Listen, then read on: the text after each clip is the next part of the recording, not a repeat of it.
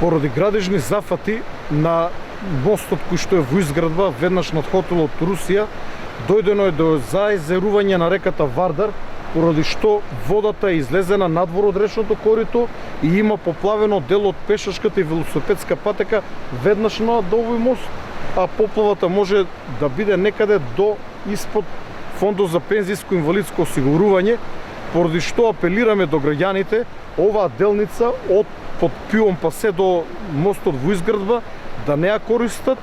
Центарот за управување со кризи ги презема сите потребни активности, известен е град Скопје, известен е општина Аеродром, известено е МВР, овде и командантот на противпожарната бригада на градот Скопје.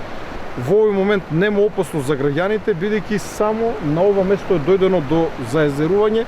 веднаш потоа под мостот коритото, односно реката се враќа во нормална состојба.